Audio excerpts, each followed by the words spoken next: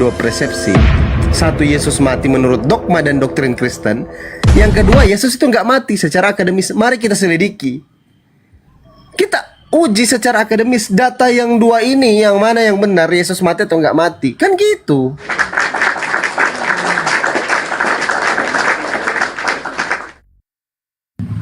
Silakan, nggak apa-apa ditanggapin aja.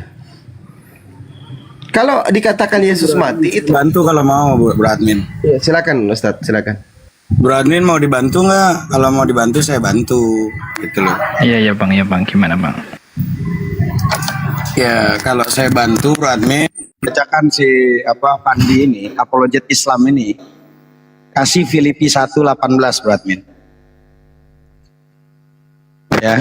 Enggak, soalnya tadi Islam ini bisa tahu, kau bacakan itu Filipi 1:18 biar dia tahu. Saya juga bisa jadi posisi kumpul sama teman-teman Kristen, bisa. Coba kau baca tuh Filipi 1:18 itu. Biar Fandi paham itu.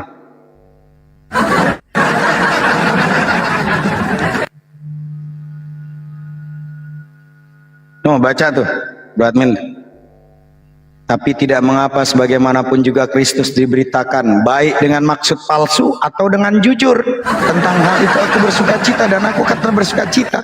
Jadi mau pakai palsu kayak mau bener kayak sama aja. Ini menjebak namanya Ustadz, menjebak ini namanya.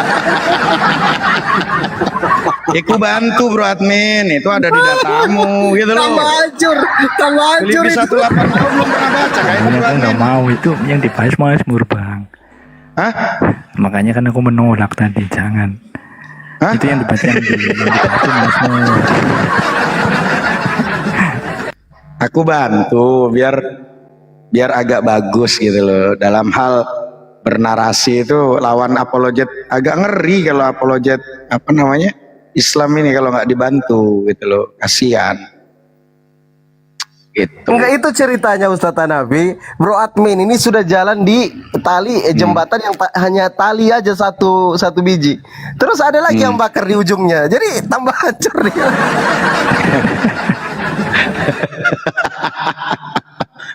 Parah Bro Admin.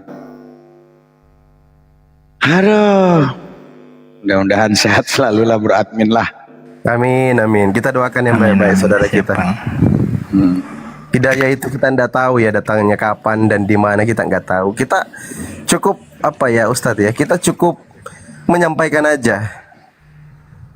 Kan seperti itu. Silakan Ustadz Hanafi. Kalau dikasih saya malah tambahkan saya orangnya tuh enaknya tuh kalau saya selau gitu loh. Tapi ujung-ujungnya kejebur jurang juga. Nggak langsung main, mah hajar aja gitu kan. Naik lagi kalau ada Kristen lah, biar jangan sendiri. Ya, kalau kira-kira nggak bisa jawab kan bisa dihandle gitu, walaupun kadang-kadang. Berarti pendeta, 4 pendeta, 1 pastor, 3 pendeta di komalnya pendeta Daromes itu saya naik. Satu pun nggak ada yang bisa jawab, malah ngamuk-ngamuk. Ngamuk-ngamuknya itu bukan Yesus. Itu bukan Yesus. Ngamuk-ngamuknya begitu, padahal Yesus sudah bilang bahwa semua harus tergenapi tentang aku di dalam Lukas 24:44. Itu ada di dalam kitab Taurat, kitab Nabi-Nabi, dan kitab Mazmur. Masa kita bantah kata-kata Yesus? Kan gitu. Pendeta dengan pastor hanya membantah, itu bukan untuk Yesus. Terus yang untuk Yesus mana? Nggak bisa mereka tunjukkan.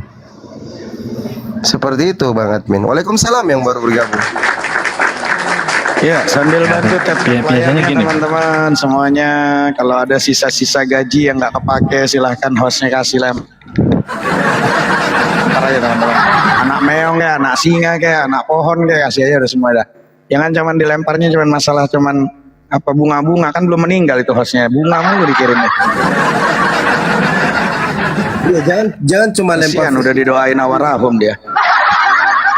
Jangan cuma lempar fitnahan, lempar masalah. Sekali-sekali lempar pembeli rokok lah. Tuh ada yang nelpon siapa lagi. Habis rokok. Sekali-sekali lempar pembeli rokok. Lanjut Bang Admin.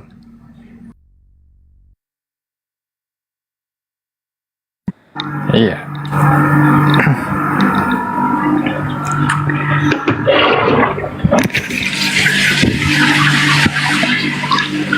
apa ya? Mau coba apa? Bingung sendiri.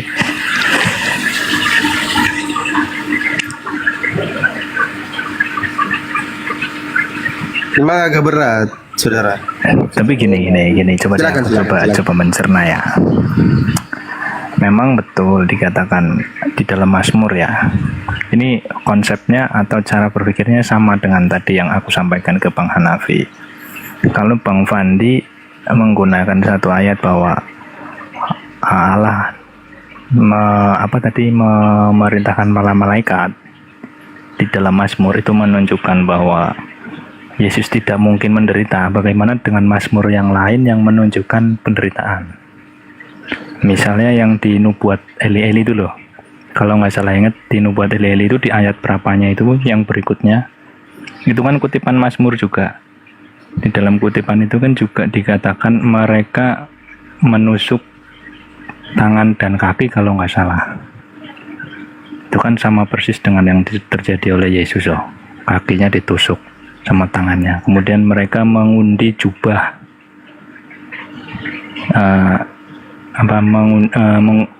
jubahnya dijadikan undian begitu.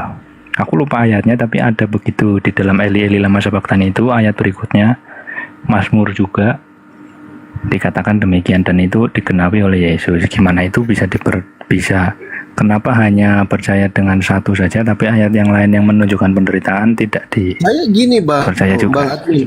Mbak Admin, saya mengakui dalil itu ada di dalam Bible teman-teman Kristen. Tapi saya punya dasar, Bang. Dasar saya apa? Gini loh, Bang. Sebagai akademisi, itu kan tugas kita untuk mempelajari apa yang ada tertera di dalam kitab suci kita masing-masing, termasuk kitab suci teman-teman Kristen. Itu poin pertama. Dasarnya yang harus kita kaji adalah, kok bisa orang yang amazing, orang yang hebat, manusia yang hebat, yang dijaga oleh Elohim, ini kan dasarnya kuat ini. Karena Lukas 24:44 tadi Yesus bilang semua harus tergenapi. Semuanya, anything. Jadi kita harus melihat semuanya. Banyak dasar yang mengatakan bahwa Yesus itu tidak mati. Yesus Kristus nggak mati. Bang Alkitab naik, Bang Alkitab, silakan.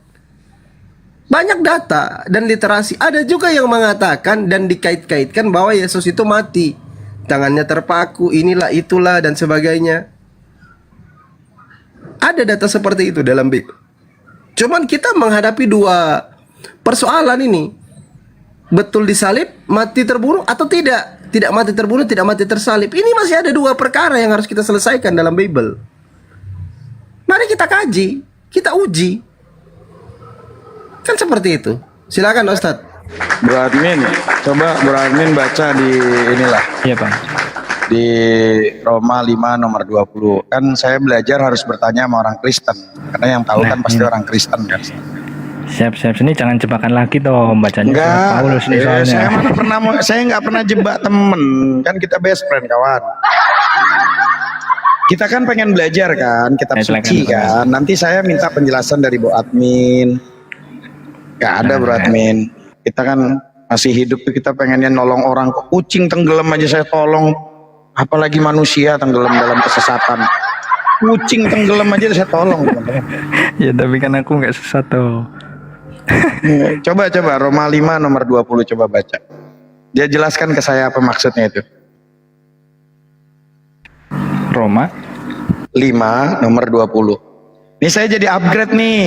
Pada tahun 90-an, lama lu tahun 90-an sampai 2025 nih saya jadi upgrade lagi, buka-buka lagi, ingat lagi. Oh, banyak kali itu. Banyak berapa ribu itu dengan kontradiksi secara logika akal itu berlawanan gitu. Coba baca Bro Admin.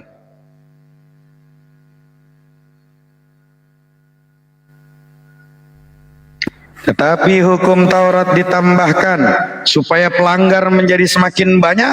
Pelanggar. Dan di mana dosa bertambah banyak, dosa bertambah banyak. Di sana kasih karunia menjadi berlimpah-limpah. Berarti kalau posisi pelanggar bertambah banyak, dosa tambah banyak, karunia berlimpah. Berarti karunia berlimpah di kekristenan itu kalau dosa bertambah banyak.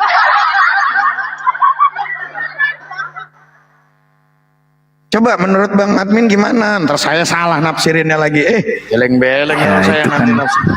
Gimana? Jelasin coba, baca pelan-pelan supaya saya tahu gini maksudnya. loh. Ya maksudnya ini sebelum ada hukum Gimana? Taurat, ketika orang melakukan kesalahan, Pelan-pelan kan bacanya, nanti jelasin satu-satu pada satu Ini- bahasa ini- dijelaskan. Gitu loh enaknya. kan tadi sudah dibacakan ayatnya. Ya gimana? Nih saya baca nih pakai koma ya, di Maksudnya koma-komanya. ayat itu, Tetapi hukum Taurat ditambahkan. Berarti hukum Taurat ditambahkan atau tidak? Beradmin. ya kan sebelumnya belum ada hukum Taurat. Nah, ketika hukum Taurat itu ditambahkan kan, ada kelanjutannya supaya pelanggaran menjadi semakin banyak. Jadi ketika Taurat itu ditambahkan supaya pelanggar semakin banyak.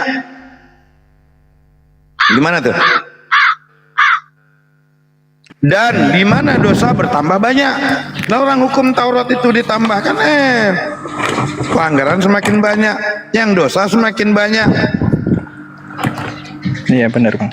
Di sana kasih karunia menjadi berlimpah. Limpah. Kemana itu? Ya itu kan maksudnya sebelum ada hukum Taurat, pelanggaran itu tidak kentara, orang juga tidak menyadari kesalahannya. Makanya ditambahkan Taurat supaya menjadi jelas gitu loh. Apa yang jelas? Yang jelas itu apa? Ya kesalahannya. Oh, berarti hukum Tauratnya ditambah supaya pelanggarnya menjadi semakin banyak gitu. Kan kalimatnya supaya itu.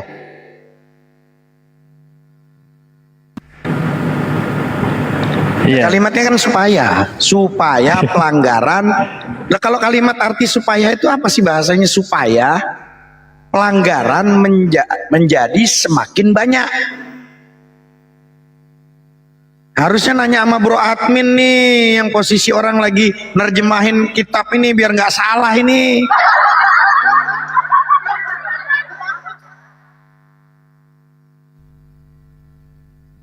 Harusnya nanya sama Bro Admin biar nggak salah ini. Ini penerjemah nih parah ini. Nah. Ya benar Bang Afi. Hah?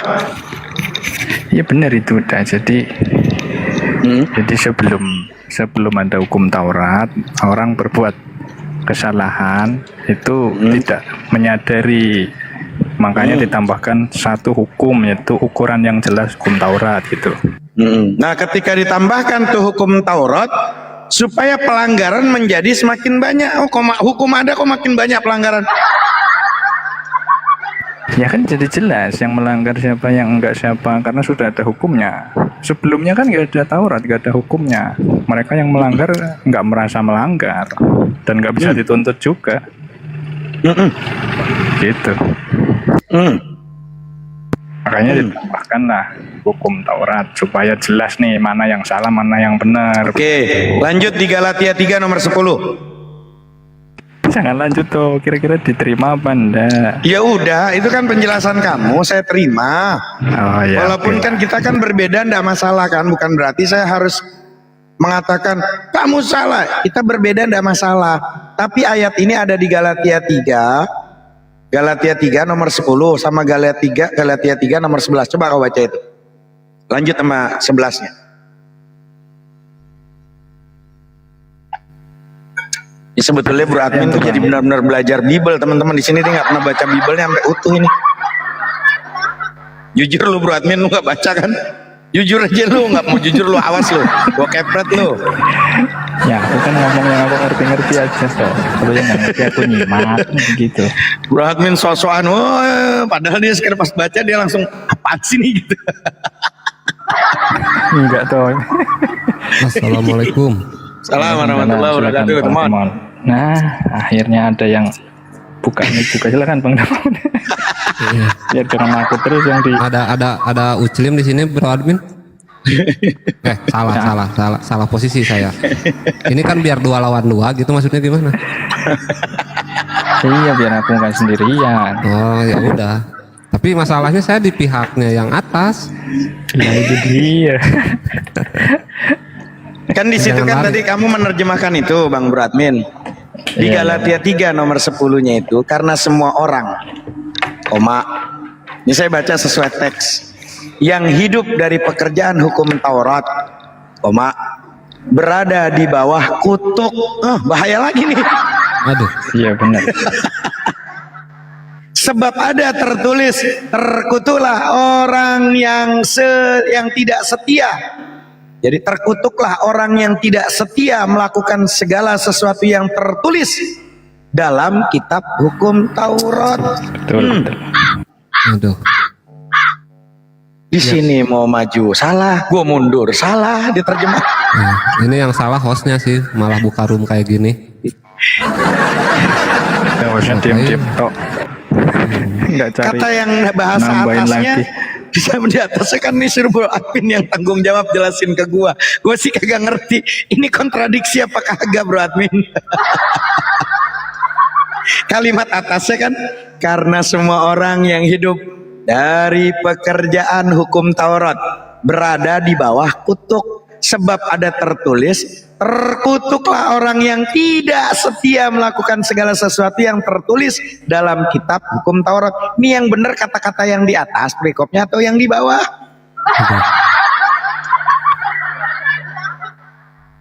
Mau dibantu nggak bro admin? Iya, tapi jangan dijebak kayak tadi kan. Enggak.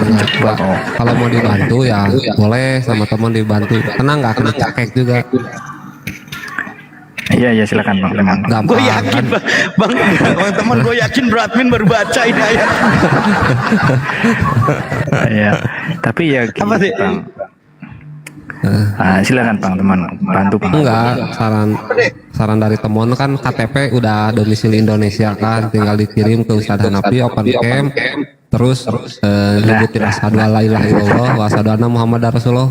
Menurut saya sih itu udah beres sih, nggak akan pusing lagi kalau saran dari saya. Itu sih bantuannya paling bro admin. Kalau itu kita bantuan terakhir itu kalau udah angkat tangan. Oh itu bantuan terakhir ya udah sok lanjut dulu lah bro admin. Ini kan masih bisa variasi. Masih bisa muter-muter ya, masih bisa Variasi. muter-muter ya. Jangan muter-muter toh. Kalau muter-muter kan kelihatan berulang-ulang. Variasi gitu. Ya silahkan divariasi dulu. Nah. Udah open cam tuh yang membimbingnya. Ya udah siap nih yang membimbingnya nih, udah open cam nih. Gue yakin bro admin itu baru baca kitabnya, nggak semuanya dibaca dia bingung. Aku yakin gue ini kok ada ayat kayak gini, yang depannya bilang dikutuk, yang di bawahnya nggak Gini dikutuk. loh. Gimana? Bukan soal ayatnya, tapi Bang Hanaf itu ada aja habis ini ngeluarin ini, ya udah dijawab, keluarin ayat yang ini lagi gitu. Jadi harus Enggak, itu mikir kan lagi gitu nyambung loh. bro admin tentang Taurat tadi kan nyambung kan, betul nggak sih? Iya maksudku. Nyambung nggak sih? Iya, tak pikir sudah jawab ya sudah selesai. Assalamualaikum. Ternyata berlanjut terus. Ini aku jawab lagi, pasti ada lagi. Jadi aku harus jawabnya. Enggak, aku nggak boleh jawab. Nanti ada lagi. Iya, enggak maksud saya, tolong jelasin ke saya bertanya, saya mau belajar. Saya orang yang mau belajar dengan siapapun. Beneran bro admin, demi Allah. Saya mau belajar sama orang baik, bahkan sama orang yang siapapun dia. Bahkan saya belajar dari tingkah lakunya iblis tuh saya belajar bro admin. Kenapa? Supaya saya ini tahu menjadi seorang pembelajar seumur hidup, menjadi santri seumur hidup. Kadang saya suka heran gitu, ada iblis bilang, ada manusia mengatakan gini, ini Nabi Adam ini tergelincir gara-gara iblis. Lalu nanti iblis itu protes. Oi Hanafi Bani Adam, teman-teman wah emang manusia tuh, anak-anaknya Adam. Kenapa kau salahkan aku? Kau bilang Nabi Adam, uyutmu Abul Bashar, itu tergelincir karena hasutanku.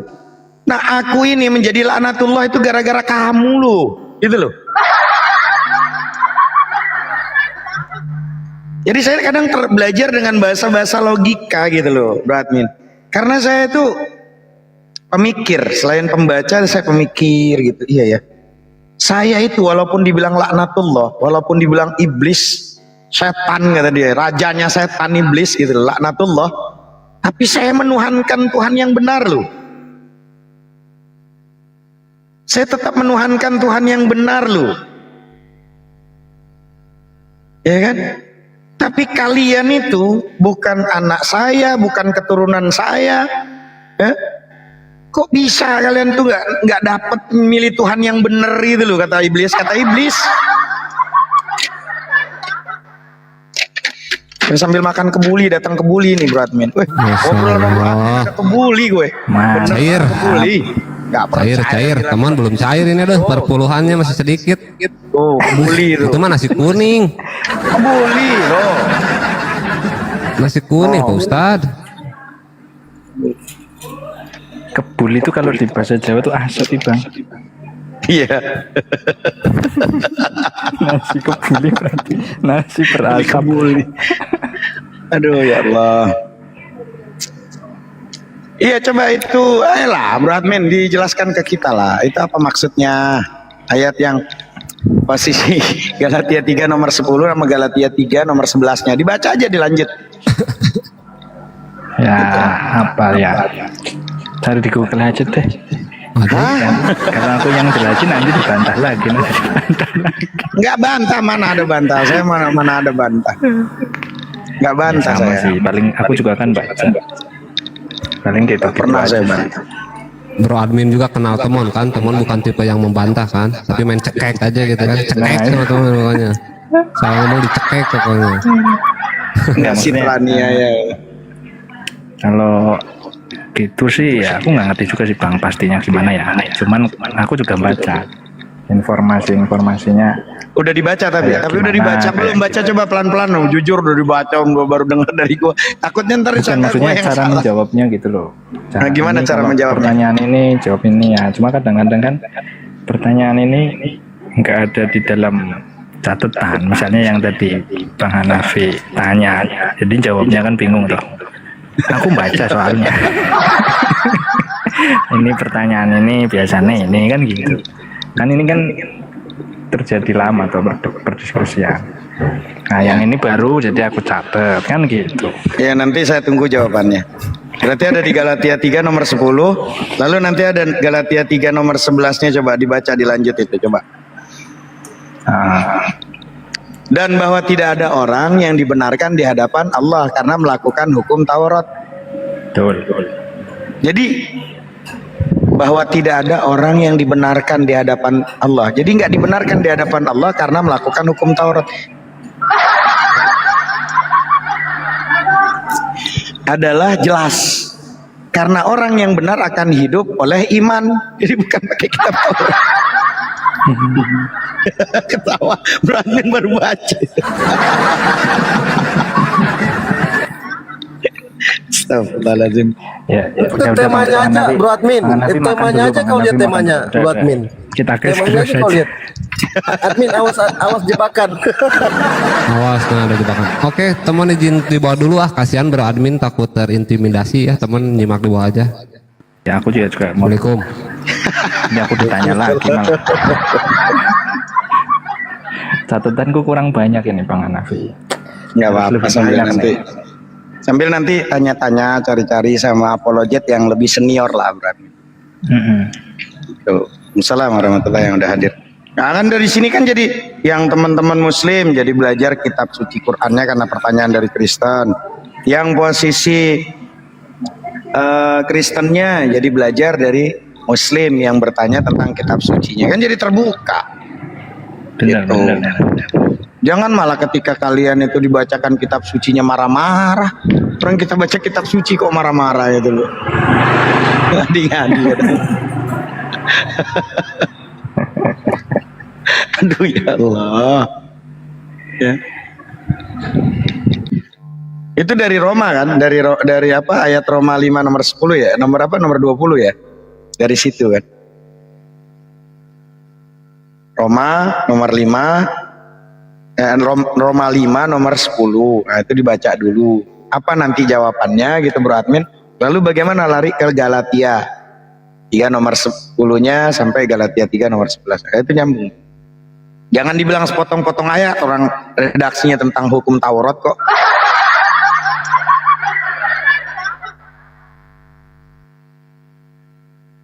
Enggak, saya enggak kayak apologet lainnya yang apa namanya, wah harus sesuai kata saya. Enggak lah, nanti kan yang nilai yang di bawah, teman-teman yang di bawah.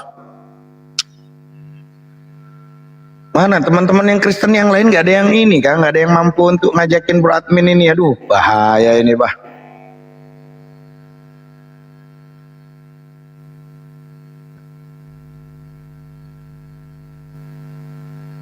Kasihan bro admin ini teman-teman. Kemana dia? Kabur ya. Kasihan ya. Gimana temanya udah ganti, awas dimakan.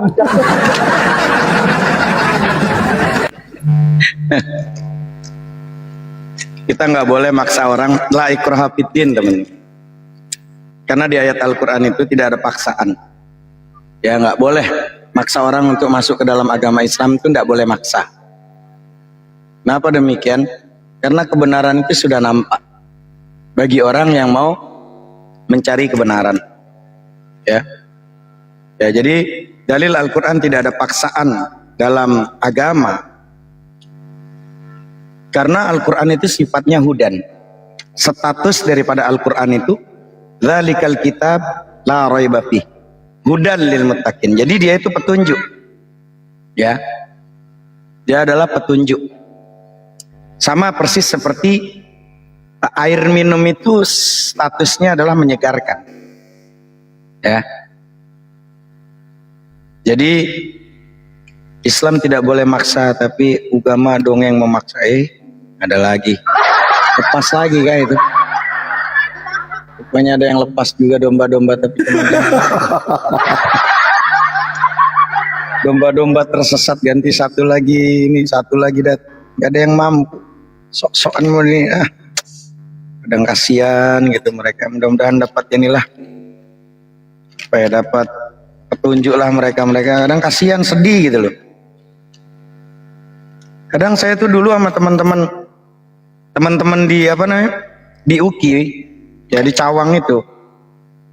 Kadang saya malas mau pakai ayat, karena kalau pakai ayat itu di Bible itu musuh mereka tuh Bible mereka sendiri, teman-teman.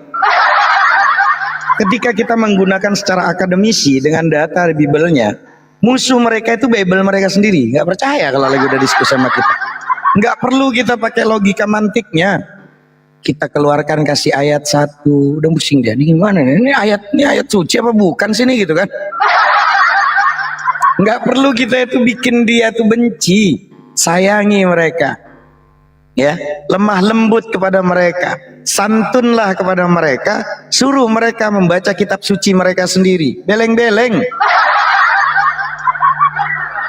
Ya. Nah makanya di situ kalau dalam Al-Quran surat Al-Baqarah ayat 200 di sini 56. A'udzubillahi bismillahirrahmanirrahim la ikraha fiddin qad tabayyana ar-rusydu.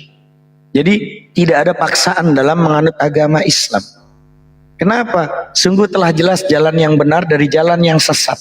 Benar, tidak benar itu udah nampak. Kesesatan yang mana, yang tidak sesat yang mana. Udah jelas, ngapain perlu maksa? Kita punya nenek moyang yang posisi pakai celana kancut dipoto, ditaruh di depan aja kita malu. Apalagi kita punya Tuhan yang dipoto, itu nggak malu mereka itu. Jadi kita udah nampak, ngapain menghujat sesuatu yang memang udah rendah? Ngapain merendahkan sesuatu yang sudah rendah? Nggak usah merendahkan sesuatu yang sudah rendah. Gimana cara merendahkan yang sudah rendah? Gimana cara menghina sesuatu yang sudah hina? Gak bisa, teman-teman.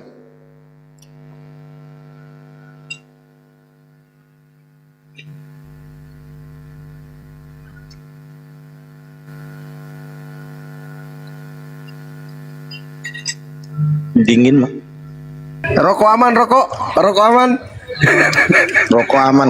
Ini kita walaupun nggak ada duit tapi bisa makan nasi kebuli, teman-teman.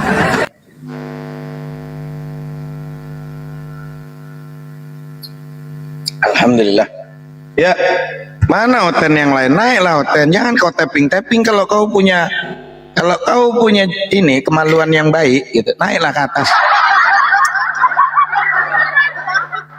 Ya. Ya punya nyali kata bini gue, punya kemaluan jatuhnya. Itu kata bini gue itu, bini gue satu pondok, kalau punya nyali kau naik kau gitu kan. Kita satu pondok di belakang Universitas Kristen Indonesia, Hai kau, beleng-beleng kau. Jangan kau bekanak-kanai kita di Komal ini ya.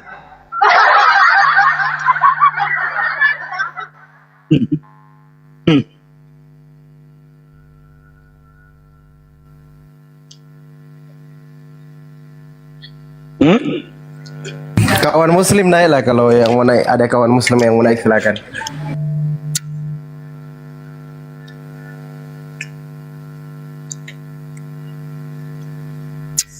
Silakan kawan muslim.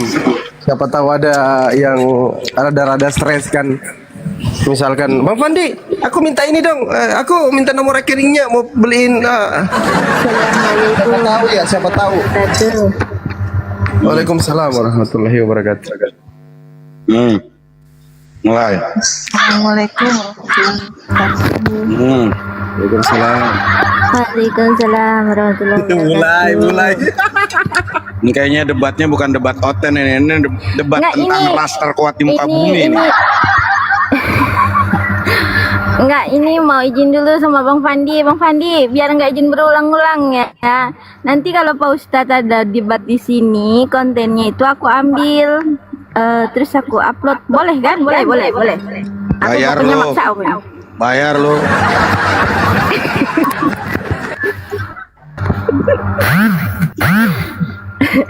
Maksa aku. Boleh lah. Tadi aja kata Bang Fandi boleh kok.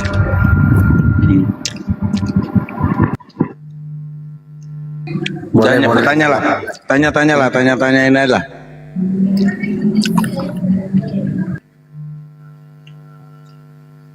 Yuk teman-teman yang muslim, untuk kajian-kajian sore silahkan ambil kita ngobrol-ngobrol, karena saya juga kebetulan nih habis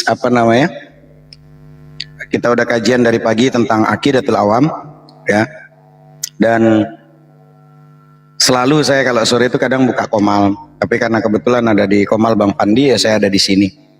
Dan teman-teman tahu nggak, dari keutamaan-keutamaan di mana kita harus paham ada namanya keutamaan termasuk sholat berjamaah ya. Nah, sholat itu merupakan salah satu rukun Islam yang wajib ditunaikan oleh setiap muslim. Dengan sholat, seorang muslim itu menegakkan agama, dan apabila sholat ditinggalkan berarti dia menghancurkan agama. As-salatu imaduddin, faman aqama faqad aqamat maddin, waman taraka faqad hada maddin. Salat itu tiang agama. Kalau dia menegakkan agama berarti telah dirikan, berarti menegakkan agama. Kalau dia meninggalkan berarti menghancurkan. Nah, bagi seorang muslim sejati, dia akan selalu berusaha untuk tetap menunaikan salat yang 5 waktu secara berjamaah. Ya, maka di sini yang kasihan tuh kalau masih jomblo, karena dia nggak bisa jamaah jomblo. Ya, dan inilah makanya jangan selalu jadi jomblo, kasihan sendiri terus. Belajarlah untuk berjamaah, susah kali gitu kan. Ya, gitu loh. Nah inilah, jadi akhirnya DL kalau seumpama dia belum ada pasangan. Ya, Masjid dalam masjid ada masjid. Oh ya, bagus kalau ada masjid teman-teman, insyaallah. Teman-teman, bahkan dalam hadis riwayat Abu Dawud dikatakan, kata Rasulullah, ma min salasatin qaryatin wala badwin, di situ wala tuqamu fihimus salatu illa qad istahwaza alaihimus syaitanu fa alaikum bil jamaati fa inna ma ya'kulu dhi'bu minal ghanamil qasiyati. Ada 3 orang pun di dalam sebuah desa atau lembah yang tidak diadakan di sana salat berjamaah, melainkan nyatalah bahwa mereka telah dipengaruhi oleh setan. Karena itu tepatilah salat berjamaah, sebab hanya kambing yang terpencil dari kawannya sajalah yang dapat dimakan oleh serigala. Karena itu harus berjamaah, jangan kelamaan salat sendirimu. Karena begitu penting salat berjamaah, meskipun perang sedang berlangsung, salat berjamaah tetap harus dilakukan dengan ketentuan yang sedikit agak berbeda. Makanya Allah Subhanahu wa taala berfirman, wa a'udzubillahi bismillah, wa idza kunta fihim fa aqamta lahumus salata faltakum ta'ifatum minhum ma'aka wal ya'khudhu aslihatahum fa idza sajadu falyakunu min waraikum wal ta'ti ta'ifatun ukhra lam yusallu falyusallu ma'aka wal ya'khudhu hidrakum wa aslih-tahum. Wadda alladhina kafaru law taghfuluna an aslihatikum wa amti'atikum fayamilu 'alaikum mailatan wahidah.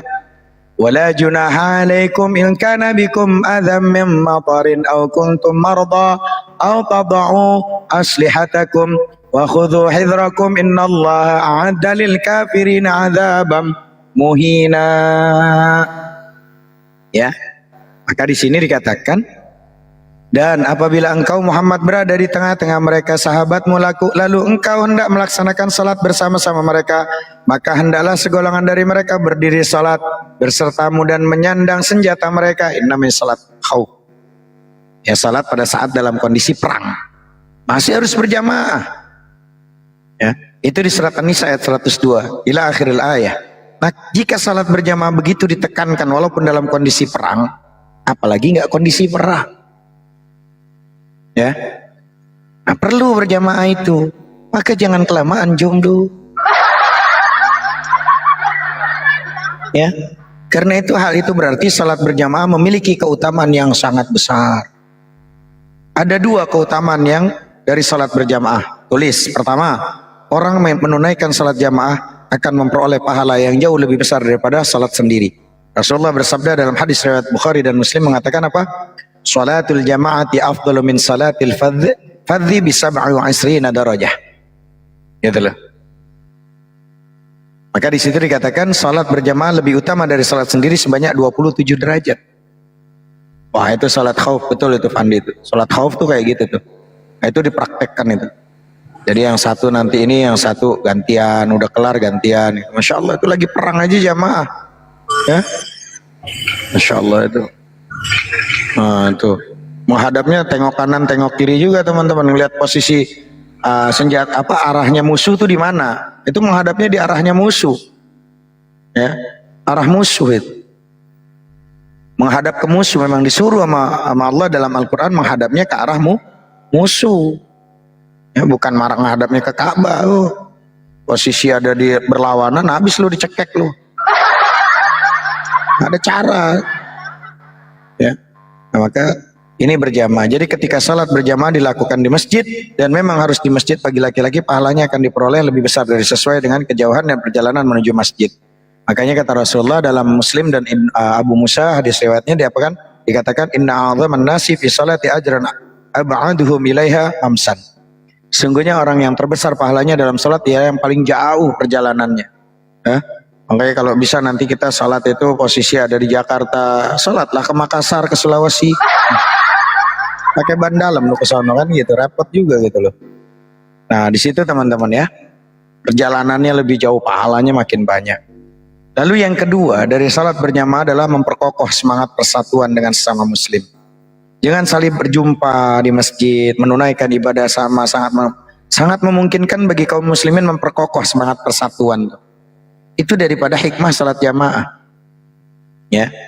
Makanya dengan saling berjumpa, menunaikan ibadah yang sama sangat memungkinkan bagi kaum muslimin memperkokoh semangat persatuan. Tanpa rajin salat jamaah dengan sama muslim, kecil kemungkinan baginya memiliki semangat persatuannya sesungguhnya. Apalagi dalam hadis Nabi sudah diisyaratkan bahwa Rasulullah bahwa kambing yang terpisah dari kawannya sangat mudah dimakan serigala. Jadi kalau pengen kita itu maju, usaha, dagang, hajatnya, jamaahlah. Penting, ya, penting dengan menjaga. Nah, untuk sampai pada tingkat persaudaraan dan persatuan yang mantap, membiasakan salat jamaah itu merupakan pembinaan yang sangat berarti. Setiap kita itu harus sungguh-sungguh dalam kebiasaan salat jamaah. Harus jadikan rutinitas kita jamaah. Lalu gimana hukumnya kalau perempuan, Ustaz? Kalau memang manfaatnya lebih banyak, nggak seperti zaman dulu berangkat ke masjid, ya. Berangkat ke masjidnya itu tidak ada kendala hujan deras, ya. Kalau laki-laki hujan deras petir dan nanti kemungkinan berjalan itu ini, ya udah di rumah enggak apa-apa karena ada uzur. Nah, kalau zaman dulu daripada berangkat agak jauh malam dan kondisinya menyeramkan, takut ada binatang buas, ya boleh di rumah untuk perempuan. Ya, takut tidak bisa membela diri. Ada uzur-uzur juga perempuan. Baiknya kalau perempuan di mana, Ustaz? Di dalam rumah. Tapi kalau untuk sekarang, Ustaz, gimana ya? Bagusnya banyak perempuan-perempuan di Posisinya salatnya di ini Ustaz, gimana itu? Ya nggak apa-apa. Ya. Tapi kalau untuk perempuan lebih baik itu di dalam rumah. Kalau dalam rumah ada kamar, dalam kamar lagi, yang paling terpenting itu lebih baik, lebih utama itu untuk perempuan. Ya. Nah, dan kalau dia mau berjamaah gimana Ustaz? Ya boleh, sah saja. Selama memang dalam hal di rumah ke masjidnya tidak ada kendala. Gitu loh. Kalau ada kendala ya baiknya di rumah. Gitu loh. Kalau ditanya keutamaan perempuan, ya pasti di rumah. Gitu loh ya. Dan itu saja, wallahu taala a'lamu bis-shawab. Lanjut. Pertanyaan Ustaz, bagaimana mengatasi rasa malas dalam beribadah? Adakah doa-doa tertentu yang harus dibaca atau diamalkan? Bagaimana cara mengatasi malas pada saat beribadah? Apa saja perlu amalankah atau doanya menurut para ulama? Ya. Jadi, untuk mengatasi rasa malas beribadah, menurut ulama, kalau saya, ini cara saya ya teman-teman, cara saya tuh gini. Teman-teman tahu mindset pikiran kita nih, orang hari ini banyak yang cari kenikmatan ke hotel, ya, ke hotel nih lagi pengen maksiat, booking, ya kan, dengan pasangannya, dengan yang haram, betul nggak? Itu kan menyenangkan kan? Betul nggak teman-teman? Menyenangkan kan? Nah, mindsetnya kita tuh selalu berpikir tentang hal-hal maksiat tuh menyenangkan. Ya, Waalaikumsalam warahmatullahi wabarakatuh. Mindset kita selalu mengarah itu kalau kita maksiat, ya, minum khamar, ini segala macam tuh mindsetnya tuh selalu di sini tuh kayaknya seneng ya. Harusnya dirubah mindsetnya. Masih kalah menyenangkannya. Ketika kita itu benar-benar diarahkan senengnya itu kepada yang halal, kepada yang baik. Contoh, teman-teman tuh ngelihat orang sekarang ini banyak yang datang ke hotel, mungkin dia booking sejam 2 jam dengan pasangannya. Seneng kan dia? Mana lebih seneng hari ini ketika dia punya anak lagi koma selama sebulan, tiba-tiba hari ini itu anak yang koma udah sebulan lebih, tiba-tiba dia sadar dari komanya. Di rumah sakit kita nungguin berhari-hari, berjuang luar biasa, dan anak itu sadar. Mana lebih senengnya? Maka alihkan kita dengan hal-hal yang manfaat untuk senangnya itu. Allah kasih kita itu sekarang bisa ruku, bisa sujud, itu nggak bisa kebayar senangnya dibandingkan orang yang hari ini lagi booking di hotel. Harus dilawannya kayak gitu. Dan ingat kalimatnya terkadang, mengatasi rasa malas ibadah itu perlu ada kombinasi upaya fisik. Dari mulai spiritualnya, seperti memohon pertolongan kepada Allah, menjauhi maksiat, perbanyak zikir, perbanyak istighfar, mencari lingkungan positif, dan banyak ada amalan-amalan dan lainnya. Yang paling penting ilmu. Pikiran yang posisi dialihkan. Contoh, banyak orang yang suka sama hal-hal yang gak bermanfaat. Ada sih manfaatnya ada, tapi sedikit ketimbang mudaratnya. Contoh hari ini orang ada yang lagi bengong di rumah, ya kan? Dia lagi bengong tuh di rumah. Mikirin utang gak lunas, mikirin istri lagi cerewet banget, udah kayak gue punya istri, kenapa gue kayak punya istri kayak macan banget. Umpama ada istri kayak macan, ada laki dingin banget, dingin juga dinginnya kayak nyetrum banget. Kelihatannya cool banget sih, tapi sekali ngomong itu nyakitin Ustadz. Ada tuh yang kayak gitu tuh. Ada yang kayak gitu kan, betul nggak? Nah, daripada mikirin yang kayak gitu, kenapa kau nggak dialihkan mindsetnya? La ilaha illallah, la ilaha illallah, la ilaha illallah, Muhammadur Rasulullah. Aku dipertemukan sama dia karena engkau kan ya Allah. Aku melakukan apapun ya Allah itu atas izinmu kan ya Allah. Aku pun umpama nggak setuju jadi sama dia, tapi karena itu takdirmu jadi sama dia, pasti terjadi juga kan ya Allah. Untoh dia itu juga nggak sempurna kan ya Allah, maka itu dijadikanlah aku bersamanya supaya aku bisa bersabar daripada tingkah lakunya kan ya Allah. Begitupun sebaliknya. Udah. La ilaha illallah, la ilaha illallah, la ilaha illallah, Muhammadur Rasulullah. Saya dulu banyak salah ya Allah. Saya banyak dosa. Banyak hal yang saya tinggalkan ya Allah, yang harusnya saya begini saya abaikan orang tua. Banyak hal yang saya lakukan, baik dosa yang saya sengaja maupun yang tidak sengaja. Dosa yang saya ketahui maupun yang tidak saya ketahui, banyak saya ya Allah.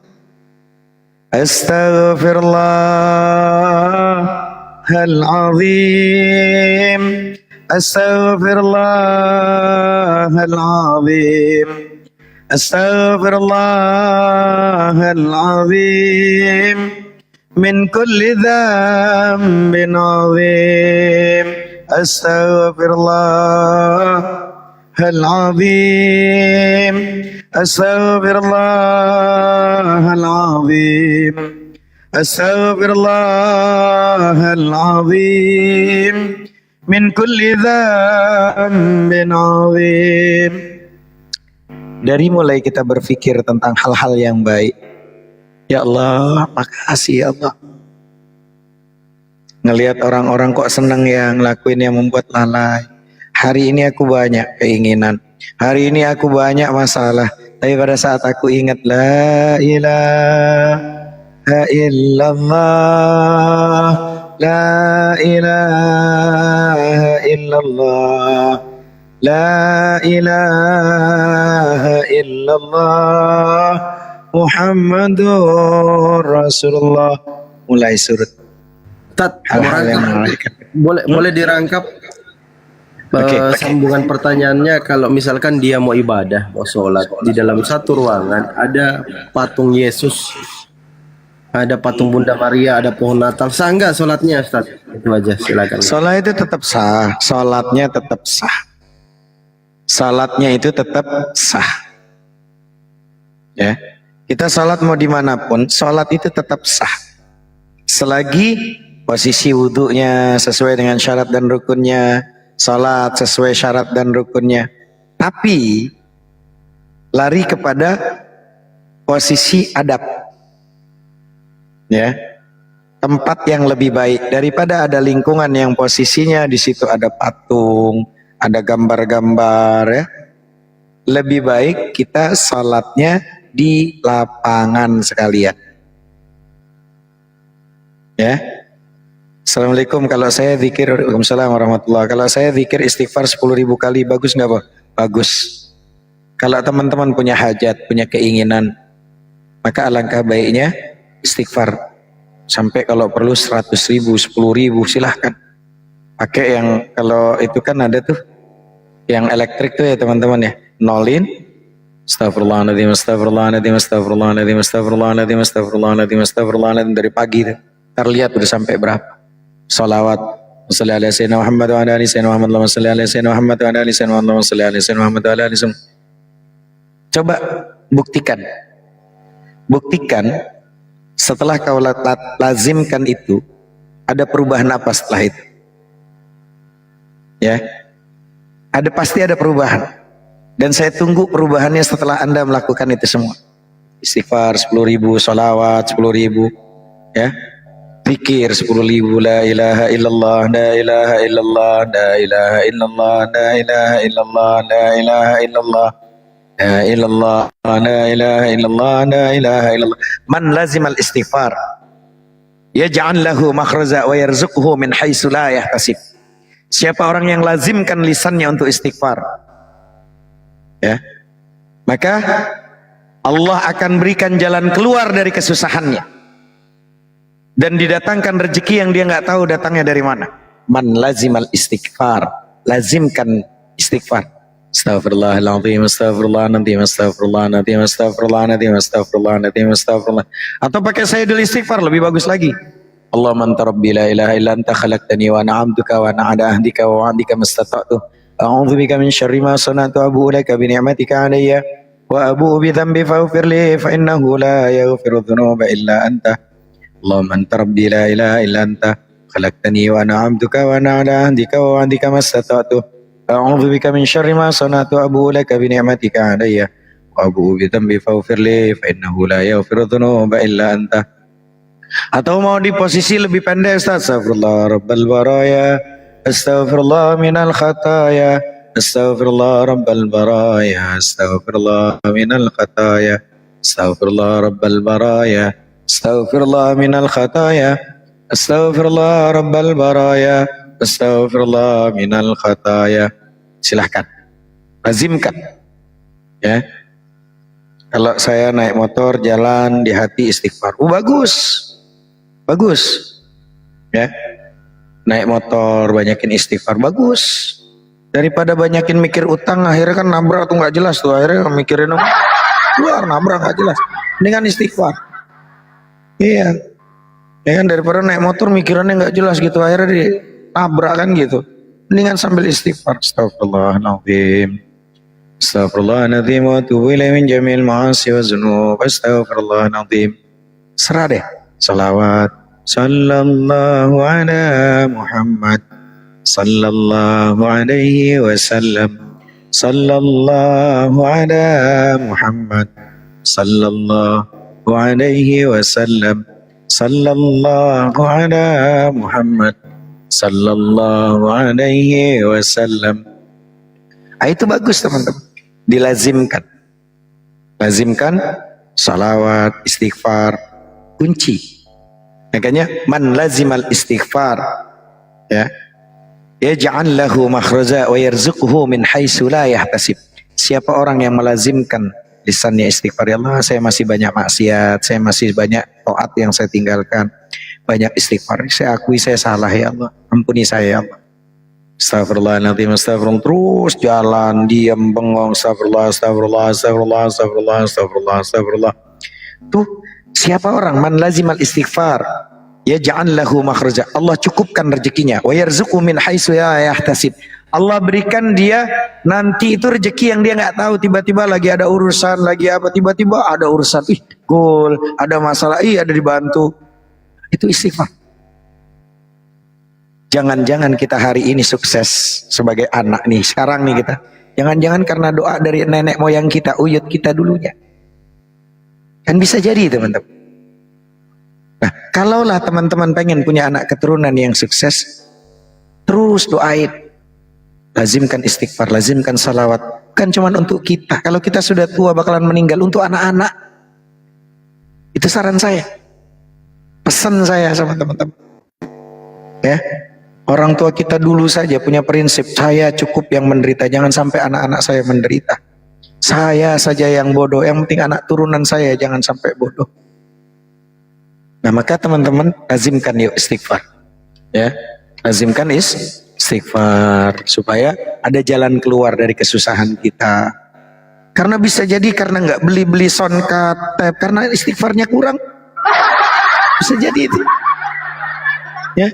Karena nggak kebeli itu yang namanya soundcard, nggak kebeli itu yang namanya HP, masih rusak aja, masih panas Ustaz. Jangan-jangan istighfarnya kurang.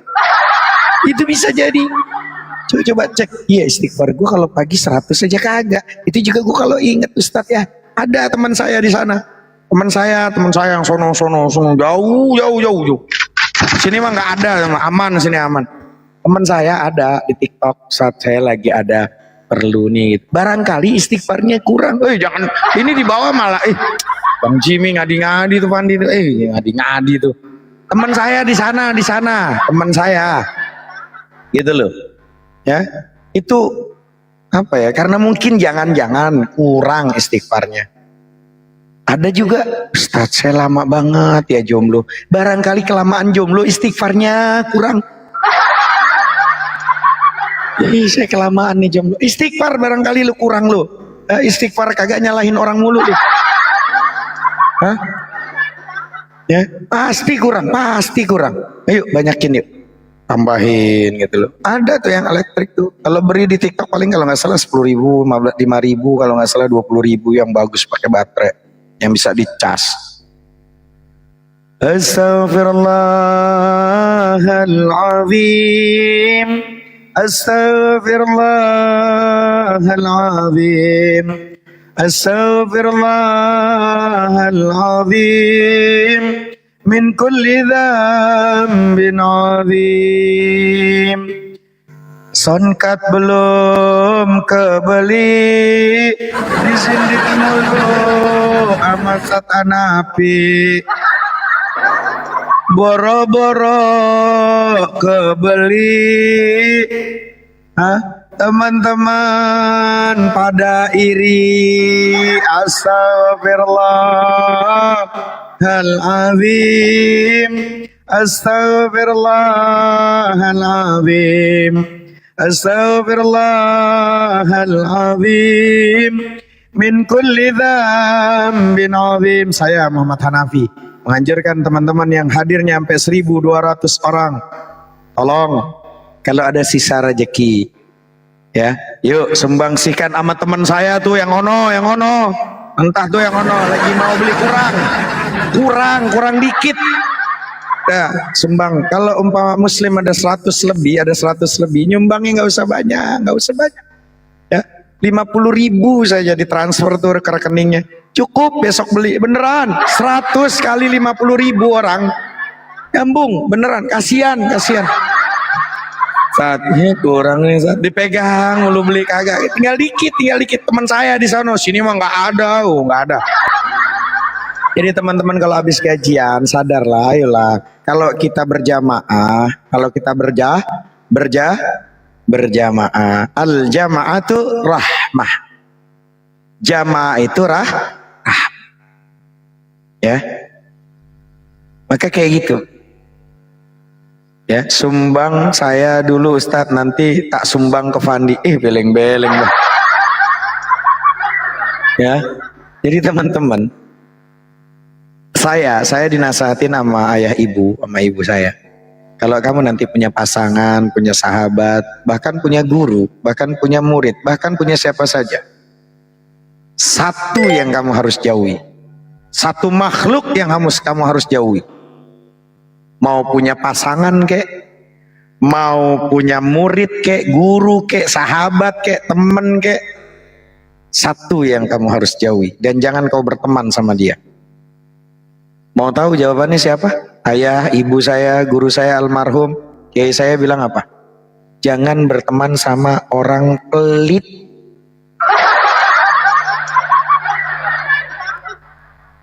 Ya, iya.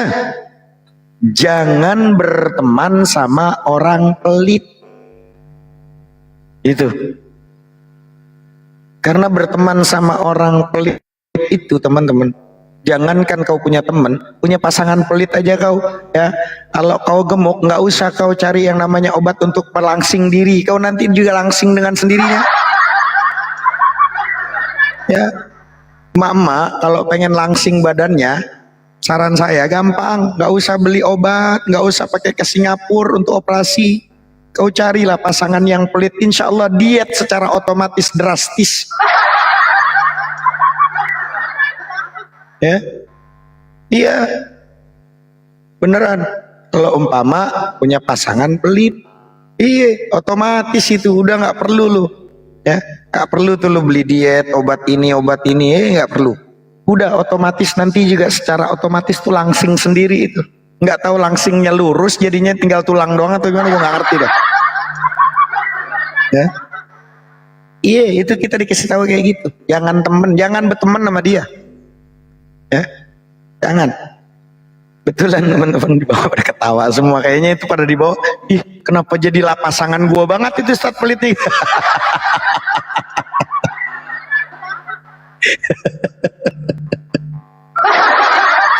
Astagfirullahaladzim. Maaf ya, wahai suami, wahai istri. Kalau umpama bahaya kan punya pasangan pelit gitu kan. Udah gitu pengen kitanya cantik, pengen kitanya betah di rumah. Macam mana bini mau betah di rumah, orang tembok semuanya pada gelap semua, kagak ada tempelannya. Gimana mau betah ngelihat kanan hitam kiri hitam, malah kipas angin juga itu kadang bunyi juga, tinggal patah lagi tuh kipas angin, bertak bertek bertak bertek bertak bertek. Ya Allah.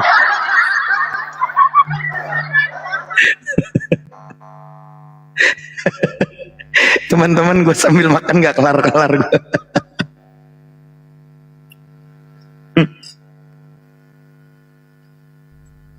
Lanjut teman-teman. Jadi kalau ada sisa-sisa gajian, ini kan masih tanggal muda nih, tanggal 3 lah. Bismillah, niatkan bantu untuk sedekah. Mau alhamdulillah, enggak apa-apa. Mau alhamdulillah, enggak juga enggak apa-apa. Karena kalau kita itu mikirnya ratusan ribu, jutaan itu gede teman-teman. Tapi kalau kita berjamaah, ada apa-apa berjamaah umat Islam itu enggak ada yang sulit. Demi Allah enggak ada yang sulit. Ya, cuman karena kita itu selalu di hati itu ada sangka yang nggak beres. Seakan-akan kalau teman-teman pengen uangnya itu dibawa mati, maka caranya disedekah, diinfakkan. Insya Allah jadi langgeng. Ya, mudah-mudahan lah, kita doain semuanya teman-teman hajatnya dikabulkan. Nah, sambil sedekah itu sambil hajatnya diniatin, ya Allah, saya nggak punya banyak ya Allah. Ya, as-sadaqatu tanfa'ul bala. Sedekah itu dapat mencegah bala. Ya, itu sedekah. Dapat mencegah sesuatu yang asalnya kita nggak suka sama terjadi sesuatu itu, gara-gara kita sedekah itu berubah dari sedekah itu. Pernah kan teman-teman ada kisahnya di zaman Nabi Musa itu, ada seorang sahabat di zaman Nabi Musa minta supaya jadi orang kaya.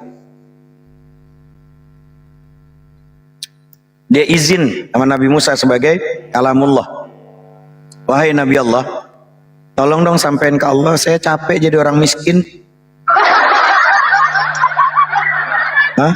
Saya udah capek jadi orang miskin nih gitu loh. Doain dong ke Allah supaya saya jadi orang kaya gitu.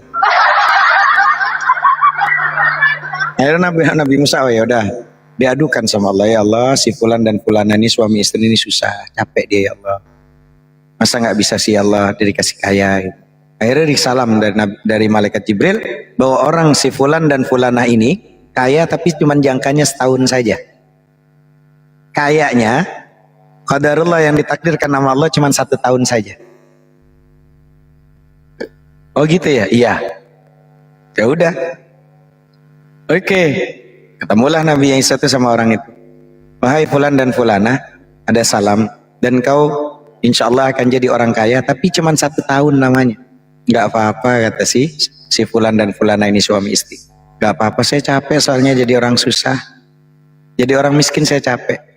Oh berarti kamu, iya gak apa-apa, saya ridho atas ketentuan Allah. Udah dikasih kaya, besoknya berlimpah, punya duit, bangun rumah, bantu tetangga semua dibantu sama dia. Karena dia tahu kekayaannya cuma setahun.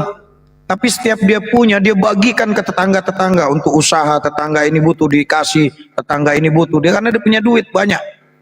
Ada emas, ada ini, dibantu. Ini buat Anda, ayo buka usaha. Tetangga-tetangganya satu kampung itu semuanya butuh dibantu sama dia semuanya.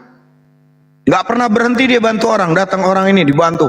Karena dia merasa, saya nggak lama kok, saya jadi orang kaya.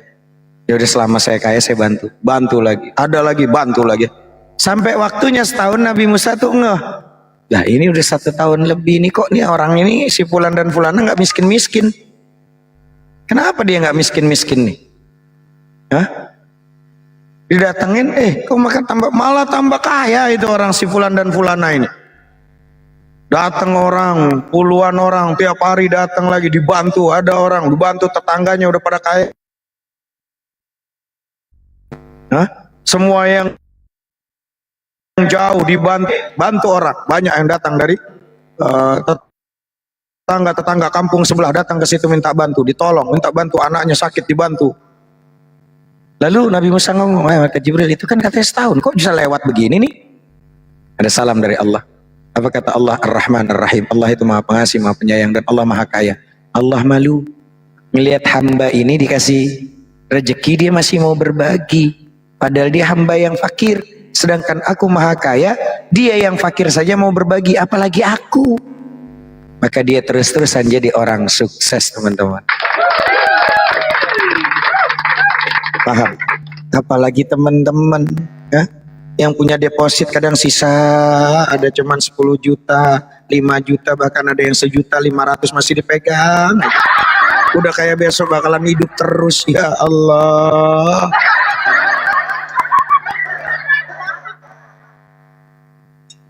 Jangan jadi orang pelit, jangan. Nggak ada manfaatnya jadi orang pelit. Nggak enak juga. Orang pelit itu jauh dari surga, dekat dengan neraka. Ya. Lagian kita juga nggak tahu nanti maghrib, isya'nya, jam 9 malamnya, jam 12 masih hidup atau enggak.